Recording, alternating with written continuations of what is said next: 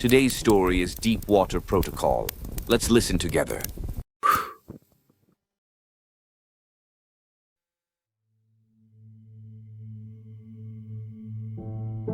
The research facility crouched at the edge of Busan's industrial district, like a bloated corpse, where the ocean vomited against rust and concrete.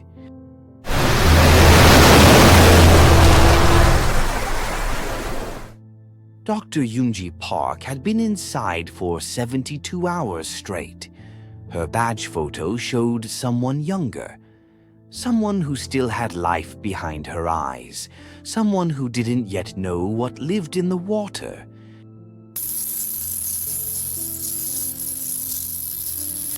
The others had evacuated at midnight, even Dr. Kim, who never left before dawn. But the data was screaming to be read. Her father was screaming to be saved, and something else was screaming from the tanks below. $300,000. That's what the experimental treatment cost.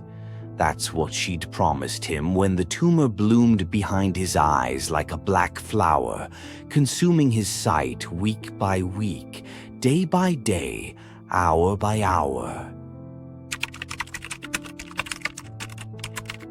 The email had arrived at 2:47 a.m. Subject line, Deep Water Protocol. Final approval. She'd read it 11 times. Each time the words grew more impossible. Each time they seemed to move on the screen, rippling like text underwater. The pharmaceutical company had approved human trials. Not for sight restoration, for something else, something they dragged up from the dark while testing compounds on drowned tissue samples. Something that had been waiting down there for decades, maybe centuries, learning to trade one kind of vision for another. Cellular regeneration triggered by oxygen deprivation, controlled death, controlled resurrection. The marketing team wanted to call it rebirth. The research team called it something else when they thought no one was listening. They called it feeding. Yoonji stood so suddenly the chair fell. She didn't pick it up. She was already walking to the observation window, drawn like something hooked and pulled. Below, in the subterranean level, the tanks waited like throats. 5 of them, each large enough to swallow a person whole. Filled with seawater pumped directly from the harbor's deepest trench, where sunlight had never reached, where things had learned to exist in permanent darkness. The water was never still. Even with the pumps off, it moved, circulated, breathed. The first volunteer was scheduled for Monday. A blind woman from Daegu, desperate enough to sign anything. Desperate enough to drown. But Yoonji had read the preliminary reports.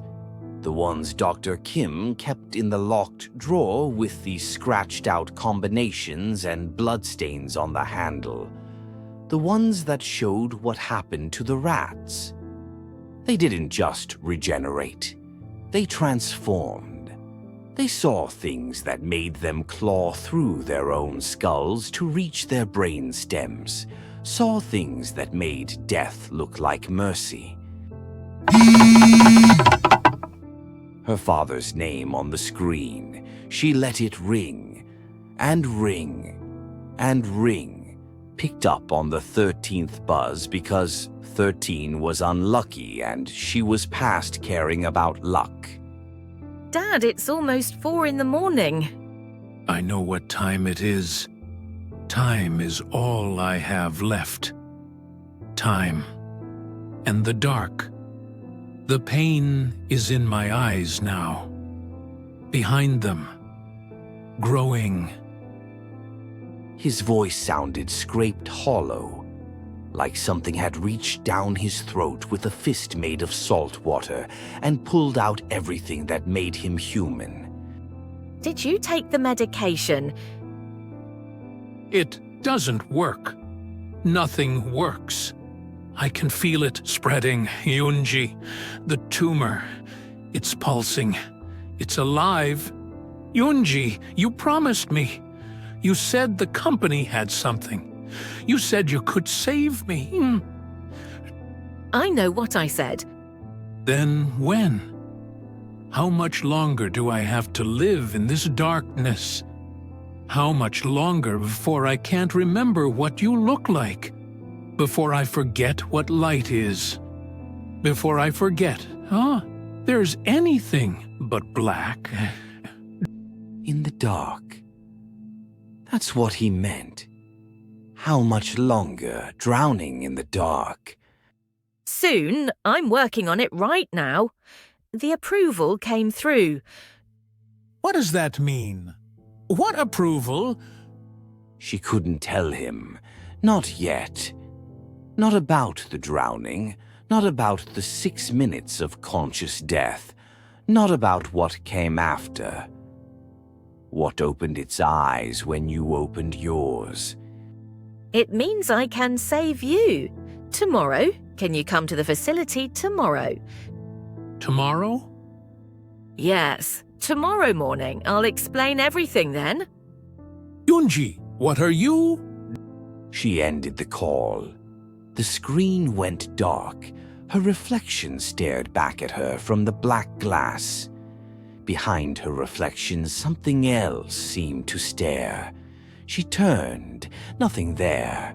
Just empty laboratory, just humming lights, just the sound of water moving in tanks below.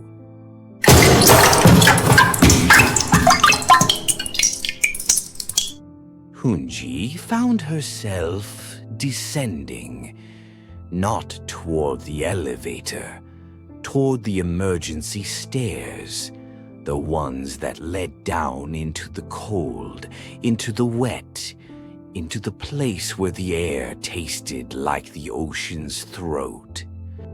Each step down, the temperature dropped. Each step down, the smell intensified.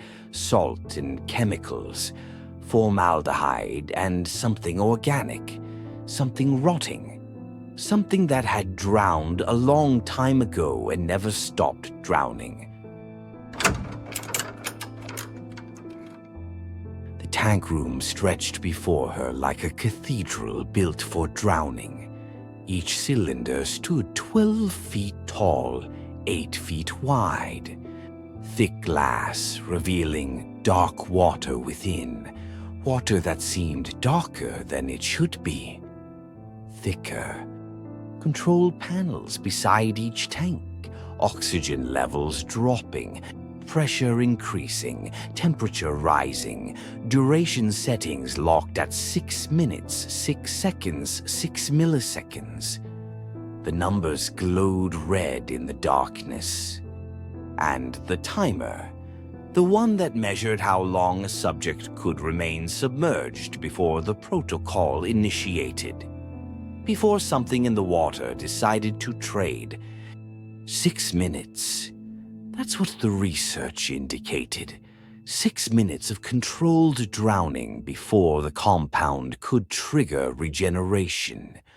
6 minutes of dying before something else decided to help you live. For a price.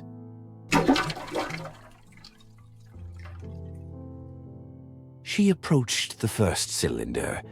The glass was warm, wet. Condensation ran down it like sweat or tears. The water inside moved without current, without pump assistance. Moved like something was swimming in it, something large, something that knew she was watching. She pressed her palm against the glass.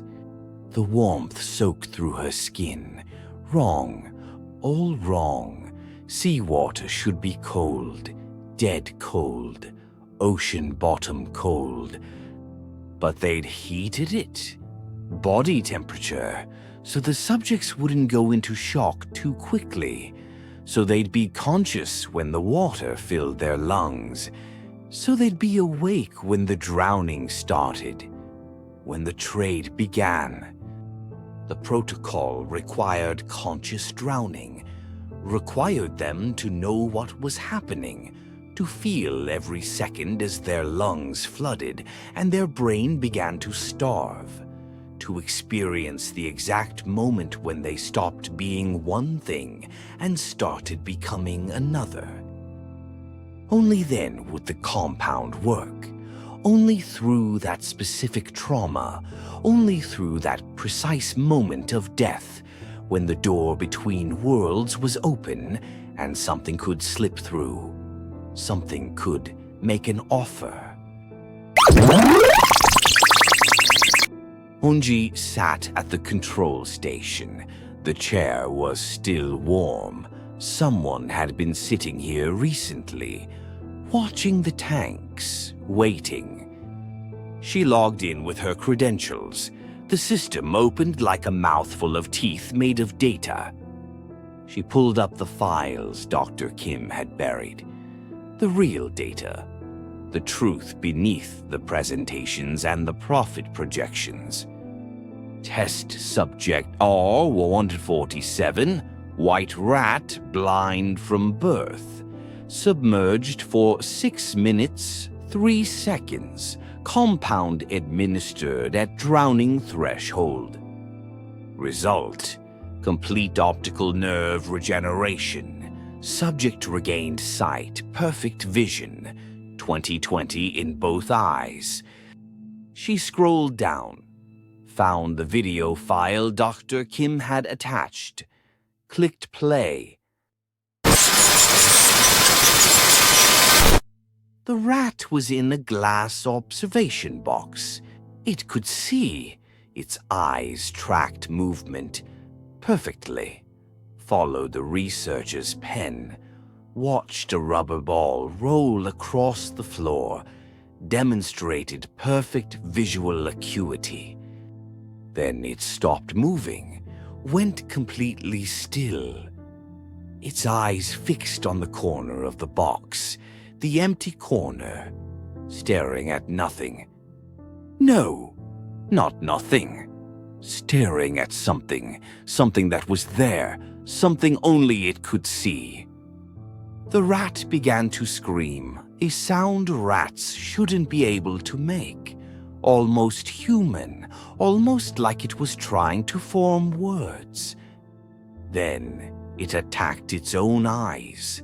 Clawed at them with its back feet, tore through the restored corneas, dug deeper, deeper, into the socket, into the brain. It didn't stop until it stopped moving, until it stopped being anything at all. Time of death, 72 hours post-procedure. Cause, self-inflicted trauma. Subject clawed out its own regenerated eyes. Subject destroyed its own brain trying to claw out whatever else had gotten in. The next entry, R148. Same protocol, same regeneration, same perfect vision. Died 48 hours post-procedure. Refused food, refused water, refused to close its eyes, stared at the wall until its eyes dried out, until its heart seized. The autopsy showed its pupils were blown wide open, dilated so far the iris was barely visible, as if it had been trying to see something, see more, see everything, see past the wall and into whatever was behind it. R149 through R192. All the same. All of them gained sight. All of them saw something. All of them chose death over continuing to see it. The autopsy notes described identical brain abnormalities. Lesions in the visual cortex. Not damage. Growth. New neural pathways that shouldn't exist, pathways that didn't lead anywhere in the brain, pathways that led out, that connected to something else, something external. As if the regeneration hadn't just restored sight, as if it had opened a door, built a bridge, made a connection, shown them what was really there, behind the world, beneath the surface, watching everything, waiting for eyes to look back.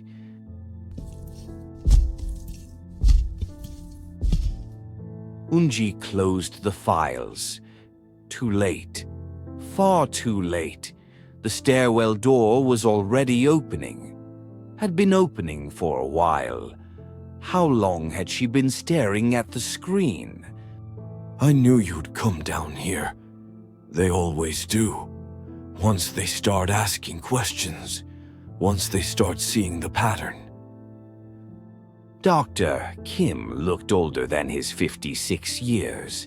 Gray skin stretched too tight, gray hair plastered with sweat, eyes like winter puddles, dead puddles, stagnant puddles where things bred in the dark. Working late again. But you're not really working, are you, Dr. Park? You're understanding. There's a difference. I was reviewing the protocols for Monday. Of course. The first volunteer.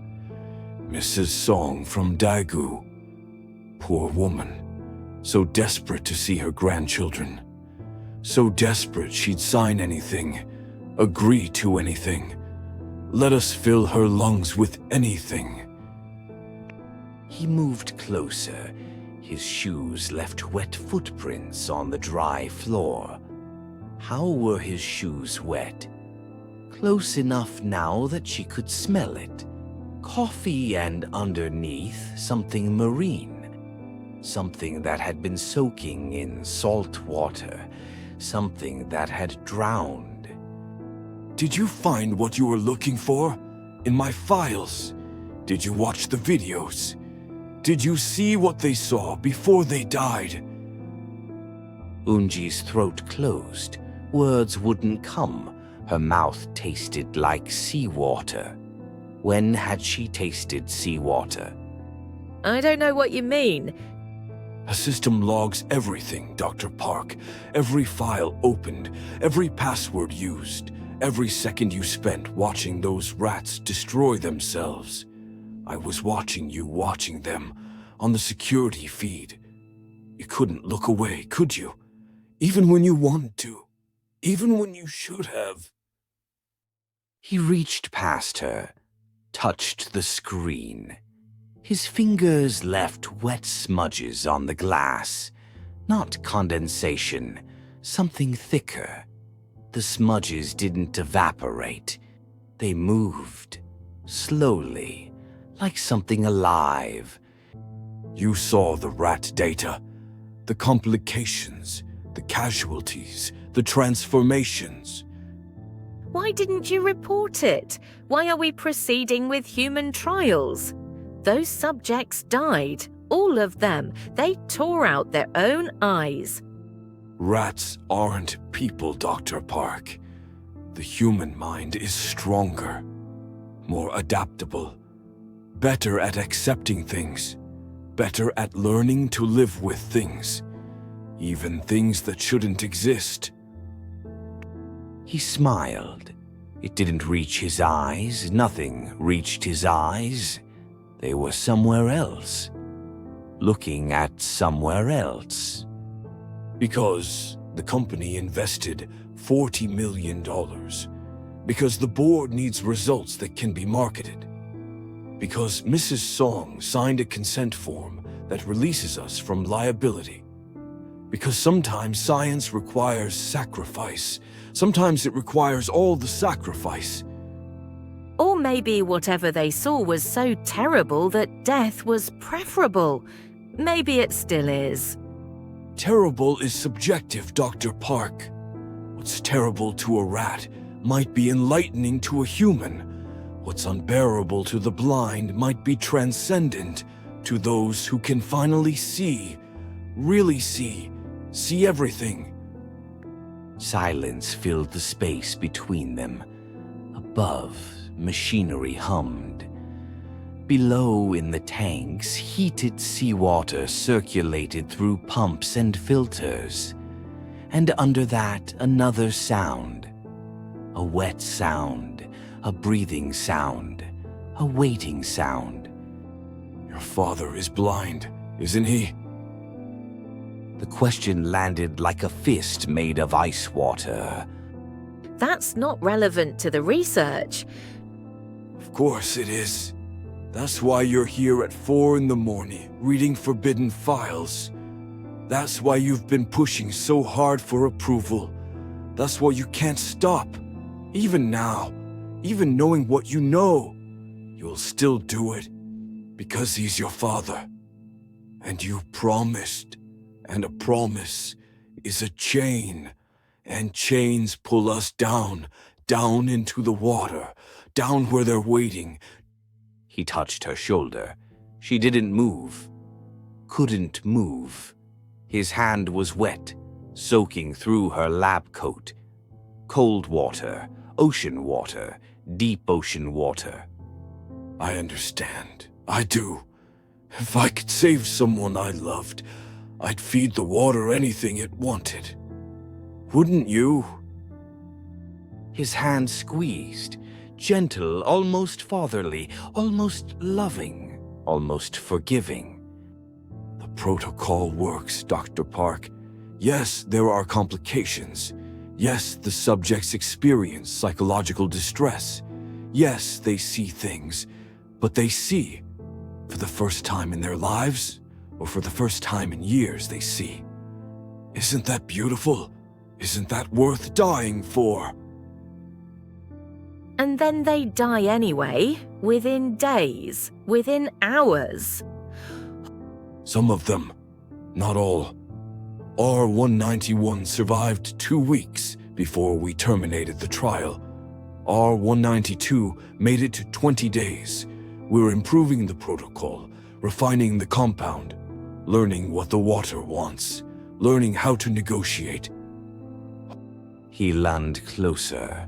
His breath smelled like brine, like deep ocean trenches, like places where pressure turned water into something else. And some of them adapt, Dr. Park. Some of them learn to live with what they see. Some of them even start to understand it, start to communicate with it, start to become part of it. That's not in your reports. No, it's not. Some things aren't meant for reports. Some things are meant for basements and locked files and people who are desperate enough to ignore warnings. He released her shoulder, stepped back. His footprints remained on the floor, wet, dark, spreading. Your father called me yesterday, asked about experimental treatments. I told him about the protocol. I told him we had an opening. I told him Monday morning, 10 a.m. Did you know that? Her blood turned to ice water, seawater, deep water. You had no right. He has a right to choose his own treatment. He's an adult. He's desperate. He's blind and in pain and terrified of dying in the dark. And you're a doctor. You took an oath. First, do no harm. But what is harm, really? Is it harm to let him die blind? Or is it harm to give him sight for a few days before he dies, seeing? She couldn't answer. The room was spinning. The tanks were breathing. The water was calling. Think about it, Dr. Park. Sleep on it. If you can sleep, I'll see you Monday morning. He walked toward the stairs. His wet footprints followed him, then stopped, as if something had stepped out of them, something invisible, something that stayed behind. Unji stood alone in the tank room. The water moved in its cylinders. Dark shapes seemed to press against the glass from inside. When she looked directly at them, they were gone. When she looked away, they returned, always at the edge, always waiting.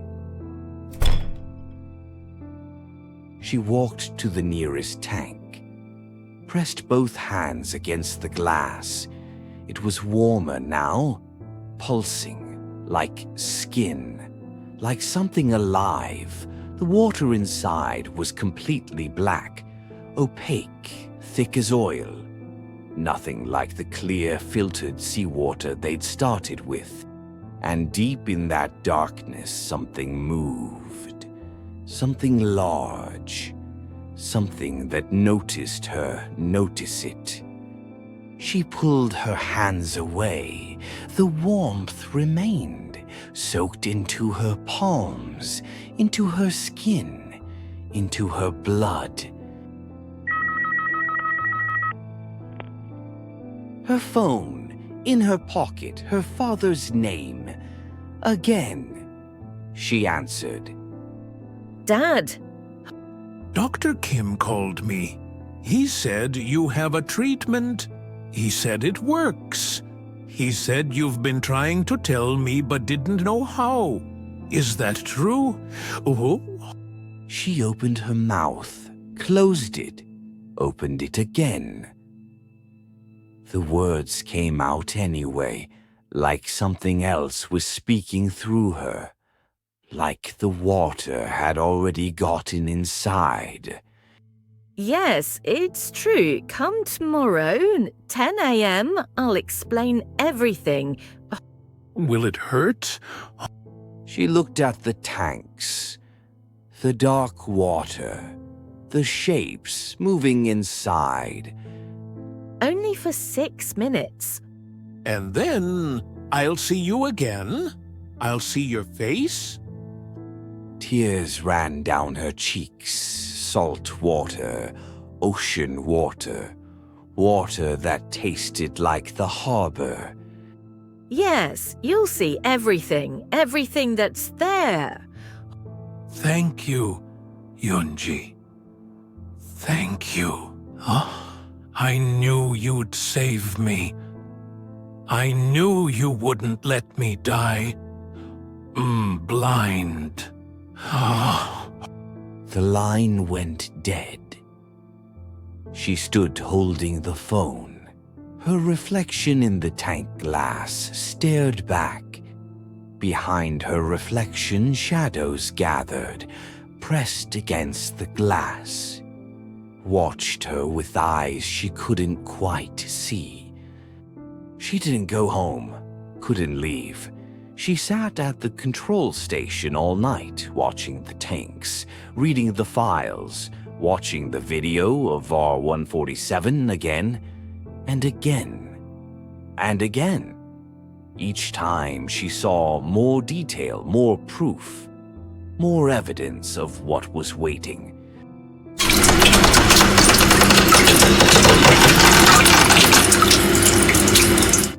Monday morning arrived like an execution. 10 a.m. approached like a countdown to something irreversible. Her father came at 9:47, 13 minutes early. He carried a cane but didn't use it. Someone had brought him. Dr. Kim. Of course. Dr. Kim with his wet footprints and drowned eyes. Unji? She met him in the lobby. His face was gray, sunken. The tumor had grown. She could see it now, a shadow behind his closed eyes, pulsing. I'm here, Dad. She took his hand. It was cold. He squeezed back, trusting, loving, believing in her.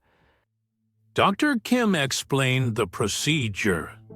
Immersion therapy, he called it. Revolutionary treatment. He said the success rate was 90%. Is that true? She looked at Dr. Kim. He smiled. That same empty smile, his eyes reflecting nothing. It depends on how you define success. What does that mean? Come with me, I'll show you.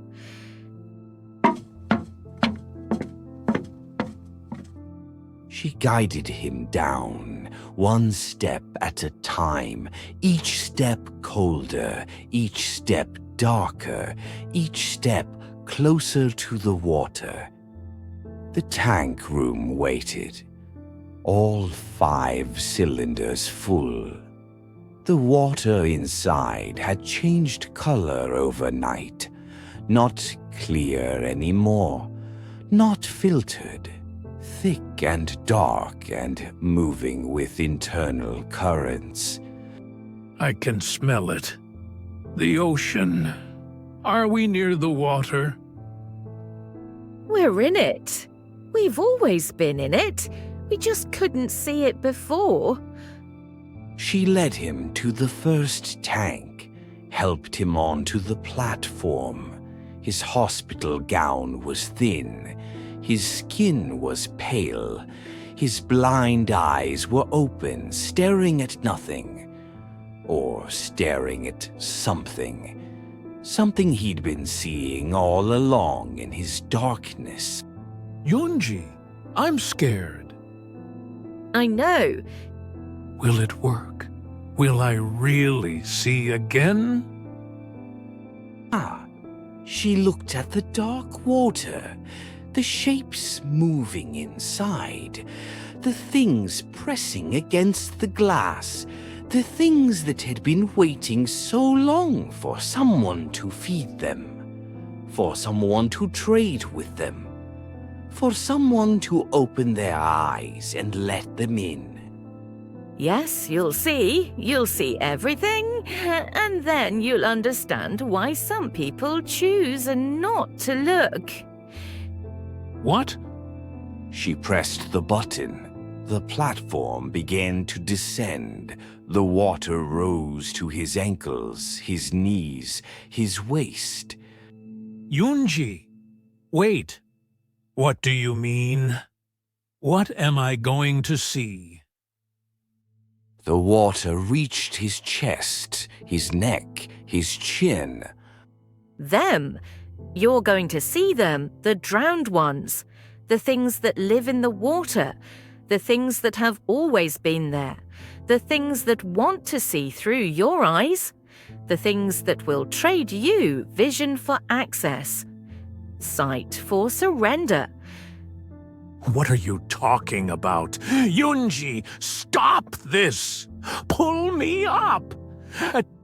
The water covered his mouth, his nose, his blind eyes. The platform stopped.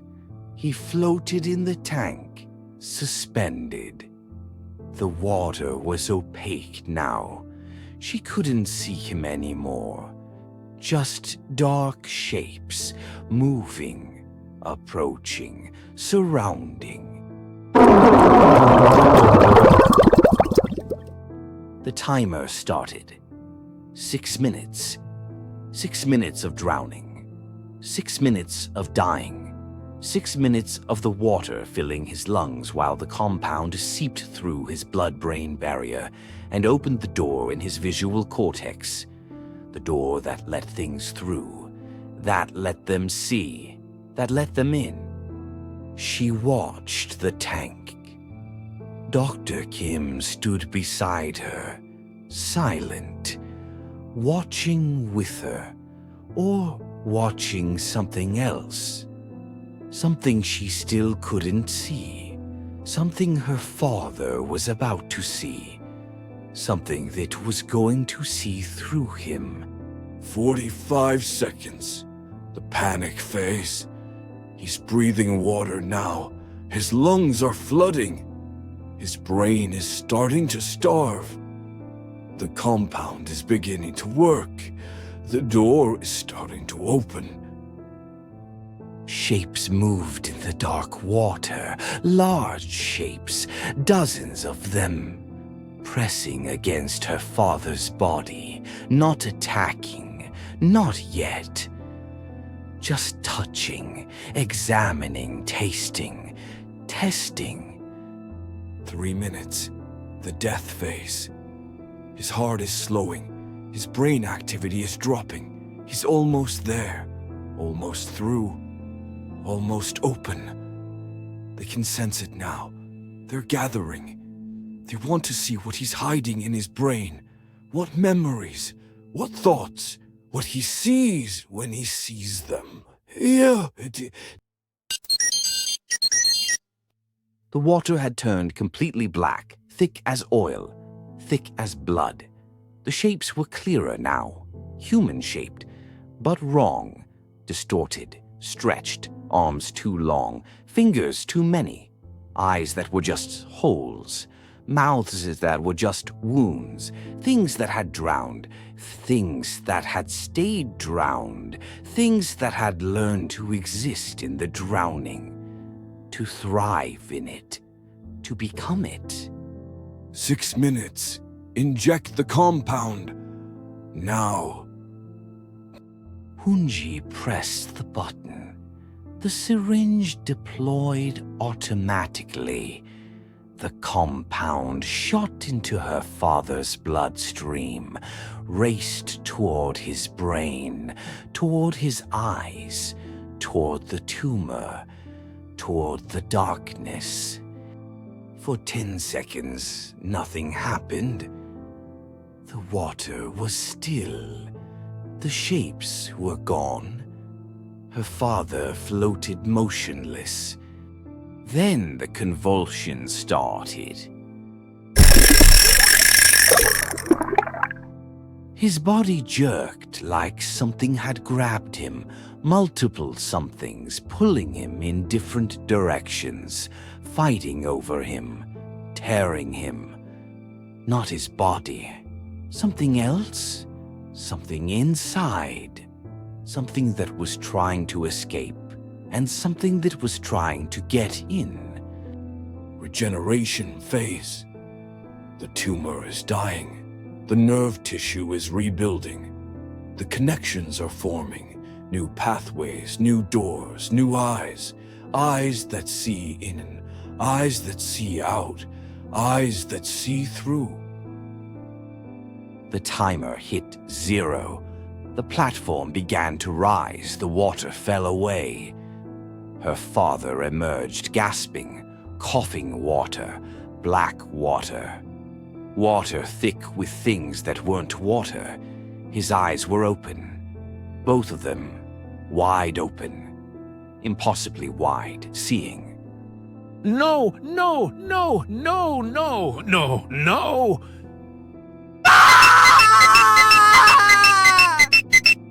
He fell off the platform, crawled away from the tank. His eyes were perfect, restored, clear, beautiful.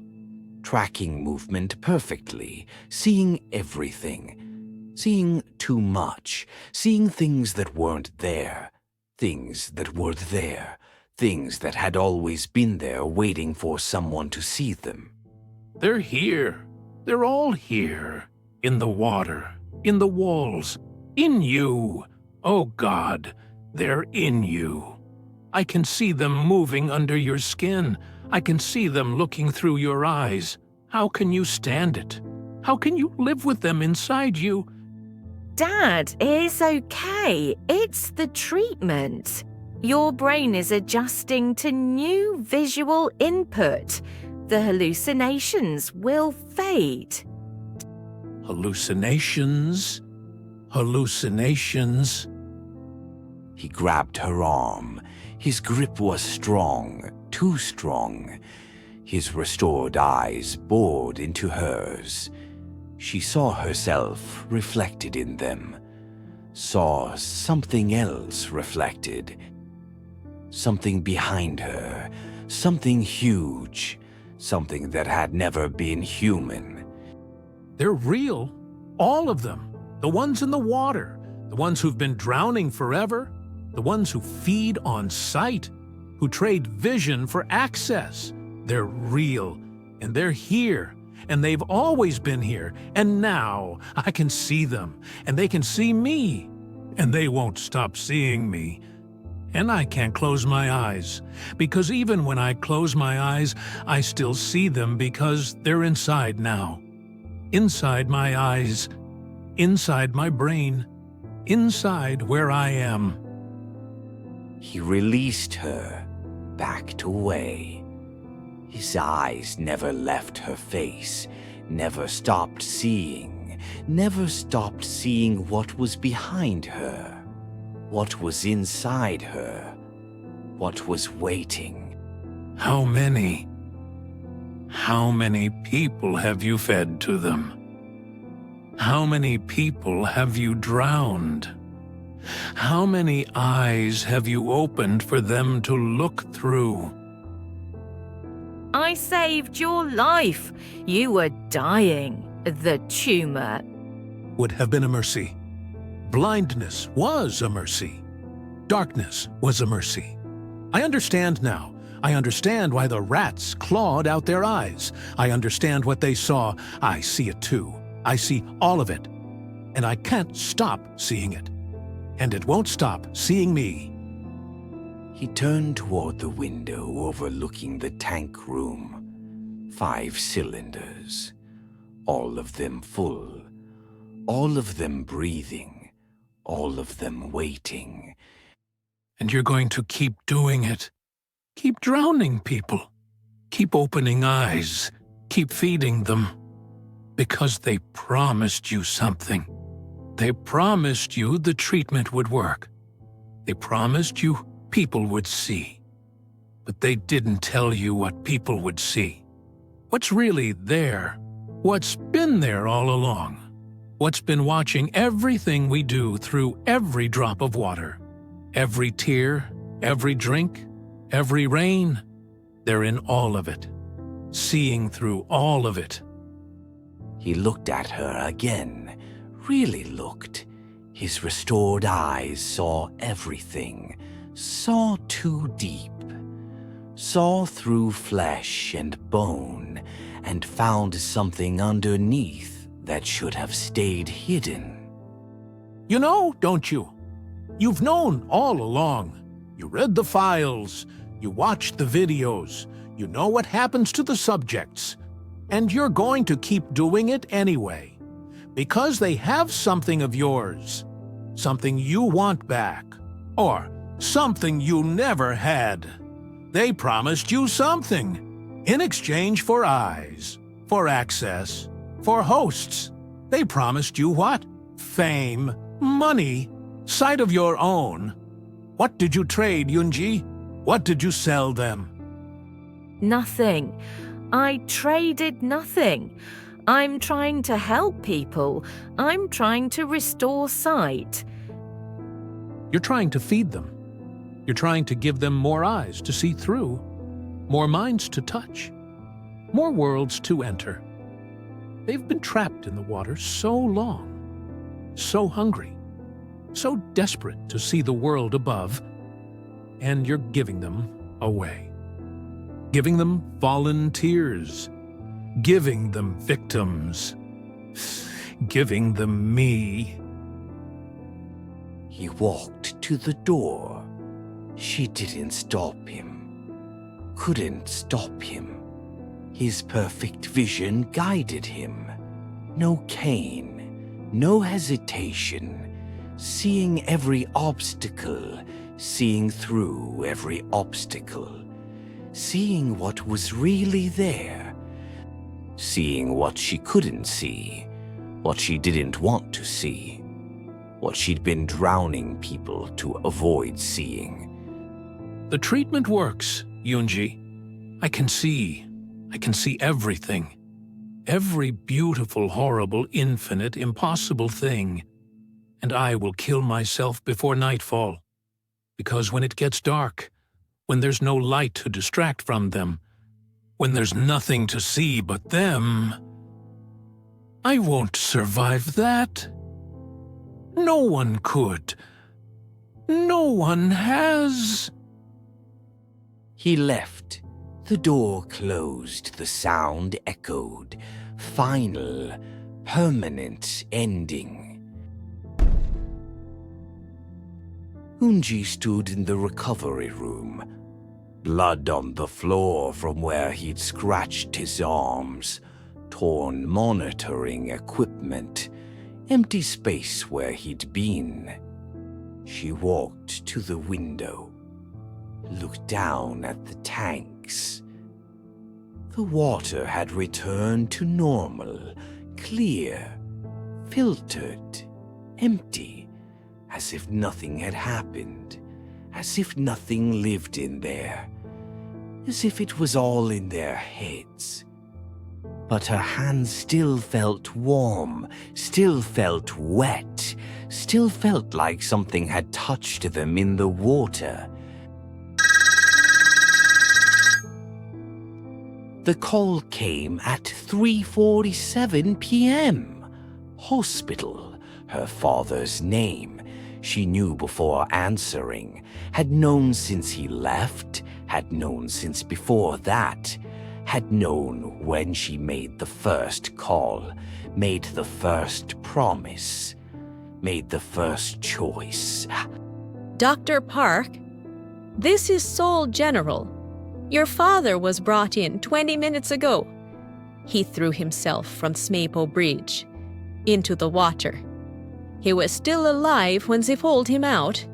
He kept screaming about drowning, about not wanting to drown again, about the things in the water. He died screaming. I'm sorry. We couldn't save him. We couldn't stop him seeing whatever he was seeing. His eyes were open when he died. We couldn't close them. His eyes wouldn't close. The phone slipped from her hand, clattered on the floor. The voice kept talking. She couldn't hear it, could only hear water, sloshing, breathing, calling. She walked back to the window. The tanks waited below. The water inside was changing again, darkening, thickening, shapes beginning to form, gather, celebrate. And for just a moment she saw them, really saw them, the drowned ones, the things in the water, the things that had been waiting so long for eyes, for access, for food. They were pressed against the glass, dozens of them, hundreds, more. Faces that weren't faces, bodies that weren't bodies, eyes that weren't eyes. All of them watching her, all of them seeing her, all of them grateful. She blinked. They were gone. Just water, just empty tanks, just her reflection in the glass and the knowledge of what she'd done, what she was going to keep doing, what she had to keep doing. Because Dr. Kim was right, the company had invested $40 million. The board needed results. The volunteers had signed contracts. The water needed feeding. And somewhere deep in the harbor, where the facility pumped its seawater from, where the pressure turned water into something else, where darkness was a living thing, something stirred. Something ancient, something vast, something that had been drowning for so long it had forgotten what air was, forgotten what light was, forgotten everything except hunger, and seeing, and waiting for people to open doors in their minds so it could see through, so it could touch, so it could feed. Mrs. Song arrived at 4:15 p.m. Changed appointment. Earlier than scheduled. Too eager, too desperate, too ready to drown. Onji met her in the lobby. Didn't speak. Just guided her down, one step at a time. Into the cold, into the wet, into the place where the water waited. Will it hurt? Unji helped her onto the platform. The water was already dark, already thick, already full. Only for 6 minutes, and then you'll see. You'll see your grandchildren. You'll see everything, every beautiful thing and every terrible thing, and every impossible thing. You'll see what's really there, what's always been there, what's been watching your grandchildren through every puddle and every glass of water and every tear they've ever cried. You'll see them, and they'll see you. And they'll never stop seeing you. What? The platform descended. The water rose, covered her, consumed her. The timer started. 6 minutes, 6 minutes of drowning, 6 minutes of feeding.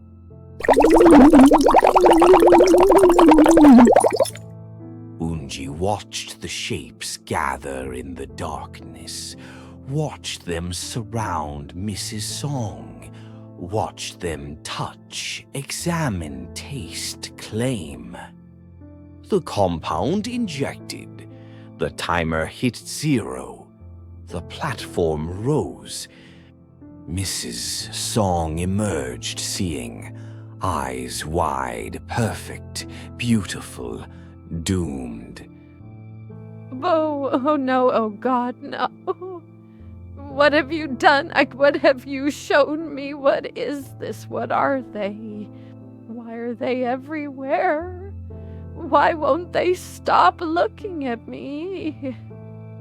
She would last maybe 48 hours, maybe less, before she found a way to stop seeing. To stop being seen, to stop being used as a window for things that should have stayed drowned. But for now she saw, and that was enough. That had to be enough.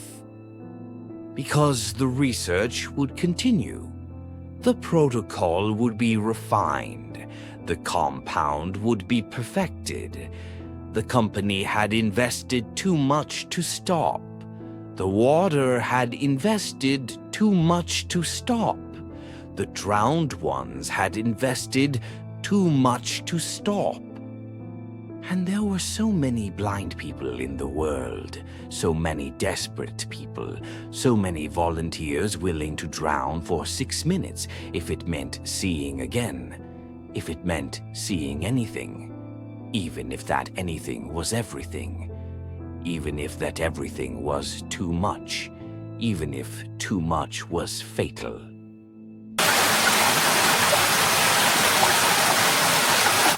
Three months later, the facility expanded. 20 more tanks, 200 more volunteers, 500. The protocol refined, the compound perfected, the success rate improving, 95% restoration of sight, 100% corruption of vision. Most subjects survived the first week now. Some made it to 3 weeks before the weight of seeing became unbearable. A few lasted 2 months before they found ways to stop, to end, to return to darkness. But those 2 months were profitable. Those 2 months generated data. Those 2 months opened eyes, opened doors, opened channels, fed the things in the water, fed them sight, fed them access, fed them minds. The company called it progress. The board approved international expansion. Dr. Kim received a promotion and an office with a window overlooking the harbor. He spent hours there, watching the water, talking to it, listening to it talk back. And Yoonji ran the protocols, day after day, tank after tank, subject after subject, volunteer after volunteer, victim after victim.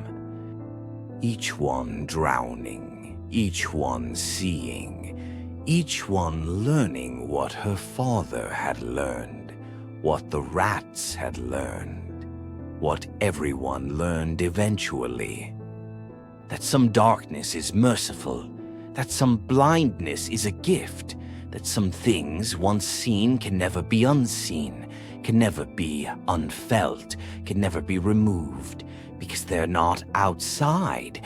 They're inside your eyes, inside your brain, inside where you are, where you think, where you dream, where you exist. And they're hungry, so hungry, hungry for sight, hungry for minds, hungry for the world above the water, the world they've been watching from below for so long, through every reflection, every puddle, every tear, every drop, watching and waiting and learning and growing. But the volunteers kept coming, the desperate and the hopeful and the blind, all of them signing, all of them drowning, all of them seeing, all of them feeding the water, feeding the drowned, feeding the things that had learned to trade sight for something else, something worse, something that wore your eyes like masks, wore your brain like a glove, wore your body like a suit until it wore out, until it stopped being useful, until it chose death over being seen through. And Unji kept drowning them, kept opening eyes, kept feeding them to the water, because her father had been right about one thing. The water was full of the drowned, and they were hungry, so hungry, hungry forever. And every new pair of eyes that opened fed them a little more, gave them a little more access, let them see a little more of the world, let them touch a little more of reality, let them become a little more real. Until one day they wouldn't need the water anymore, wouldn't need the drowning, wouldn't need the volunteers, because they would have enough eyes, enough doors, enough access. They would be able to see everything, touch everything, be everywhere water had ever been, everywhere water would ever be. Everywhere. Yoonji knew this, had known from the beginning, had read it in the classified files, the ones even Dr. Kim wasn't supposed to access, the ones from the original research team, the team that had drowned mysteriously 30 years ago, all 15 of them, in their own facility, in their own tanks. Tanks they'd locked themselves inside, tanks they'd filled with their own blood, trying to close the doors they'd opened, trying to starve what they'd fed, trying to stop what they had started. But they were too late. Had always been too late. From the moment they'd pumped the first sample of deep water, from the moment they'd opened the first eye, From the moment they'd made the first trade, the drowned ones had been waiting so long, waiting in the deep, waiting in the dark, waiting in the pressure, waiting for someone to look down, to look deep, to look through. And now someone had, hundreds of someones, thousands of someones, more every day, more every hour, more every time the tanks filled and the timer started, and the compound injected, and the eyes opened, and the doors unlocked, and the things came through.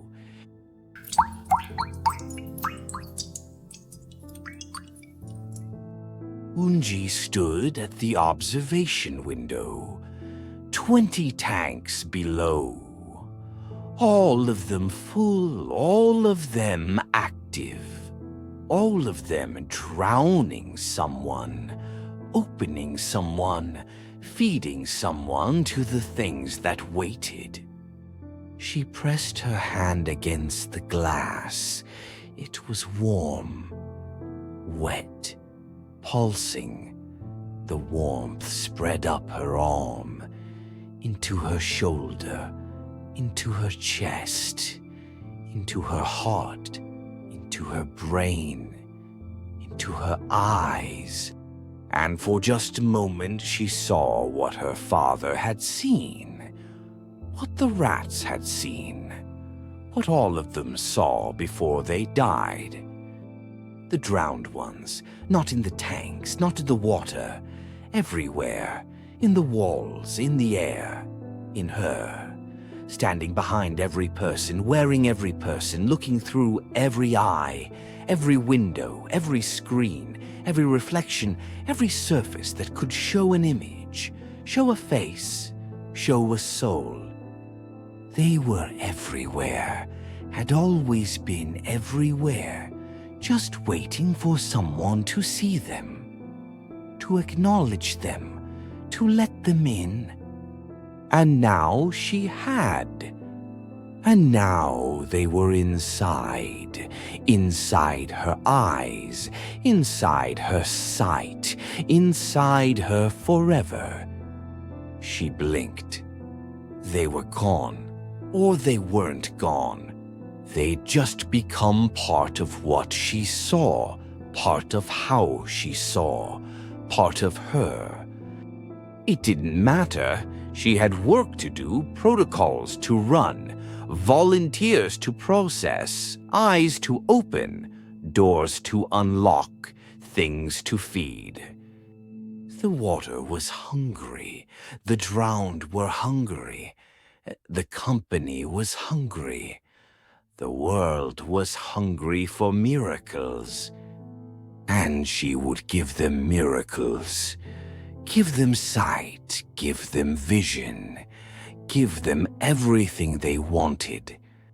And then she would give them to the water, give them to the drowned, give them to the things that had been waiting so long to see, so long to touch, so long to be real. She turned from the window, walked to the control station, pulled up the next file, next volunteer, next victim, next pair of eyes to open, next door to unlock, next sacrifice to make. Next.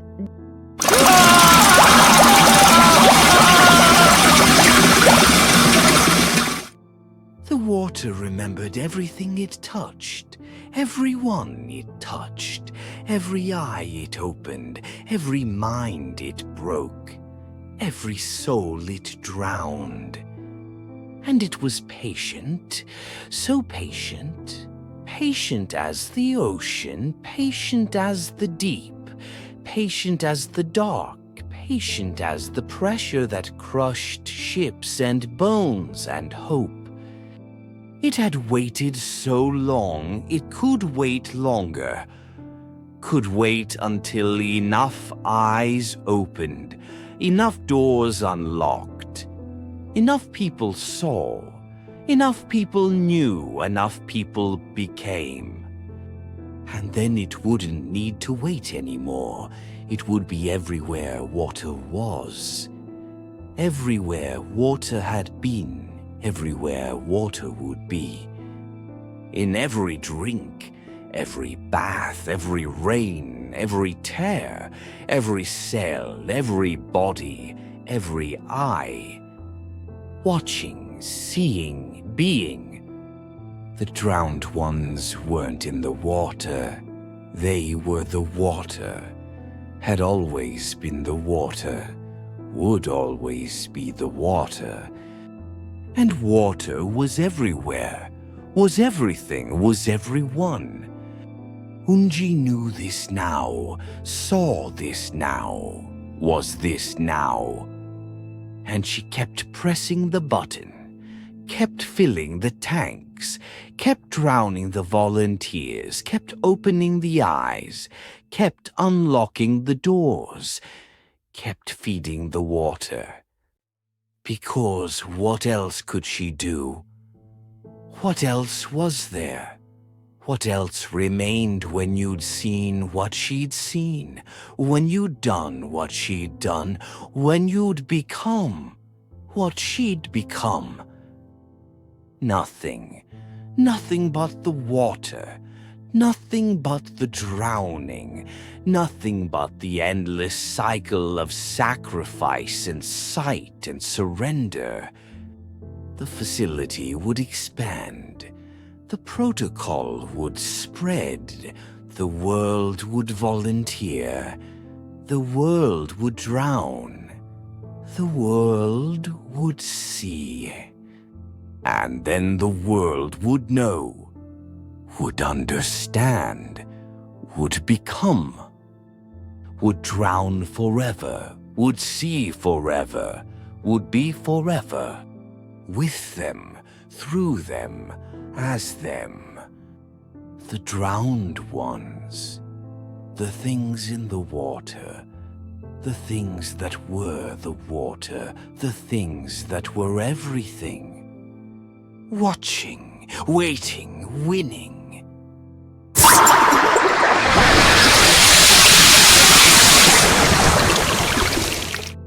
They called it progress.